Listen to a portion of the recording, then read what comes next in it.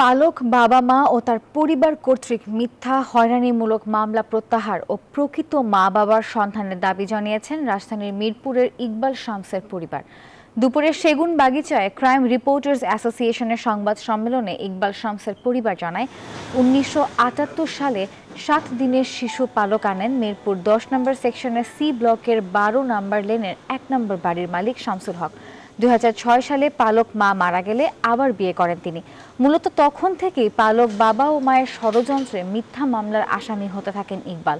বেশিরভাগ মামলা নিষ্পত্তি হলেও একটি মামলায় ১ মাস যাবৎ জেল খাটছেন ইকবাল শামস। অভিযোগ করেন, দীর্ঘদিন থেকে বিভিন্ন মাধ্যমে হুমকি ও ভয় ভীতি দেখিয়ে জীবন দুর্বিষহ করে রেখেছেন তারা।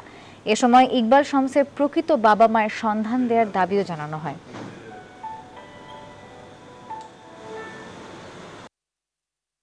শারীরিক, মানসিক এবং অর্থনৈতিক আমাকে ওরা ধ্বংস করে দিছে। এখন আমার এতগুলো মামলা চালানোর মতো কোনো টাকা পয়সা নাই। আমার সন্তানরা বাইরে বেরোতে পারে না। আর এই রেজিনা বানু নিয়মিত এলাকার ছেলে মেয়ে দিয়ে আমাদেরকে হুমকি দিয়ে যায় বাড়ি ছাড়ার জন্য।